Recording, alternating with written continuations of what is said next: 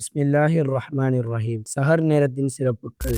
அனஸ் ரலியல்லாஹு அன்ஹு கால ரசூலுல்லாஹி ஸல்லல்லாஹு அலைஹி வஸல்லம் தஸஹரு ஃபஇன்ன ஃபிஸ் ஸுஹூரி பரக்கத்துன். ரவாஹு முத்தஃபகு அலைஹி. ரசூலுல்லாஹி ஸல்லல்லாஹு அலைஹி வஸல்லம் அவர்கள் கூறியதாக அனஸ் ரலியல்லாஹு அன்ஹு அவர்கள் அறிவிக்கிறார்கள், நீங்கள் சஹர் செய்யுங்கள், ஏனெனில் நிச்சயமாக சஹர் உணவில் பரக்கத் இருக்கிறது. ஆதாரம் புகாரி, முஸ்லிம். அன் அம்ர் இப்னு ஆஸ் ரலியல்லாஹு அன்ஹு அன்ன ரசூலுல்லாஹி ஸல்லல்லாஹு அலைஹி வஸல்லம் ஃபஸ்லு மா பைன சியாமினா வ சியாமி அஹ்லில் கிதாபி அகலத்துஷ் ஷஹரி. ரவாஹு முஸ்லிம்.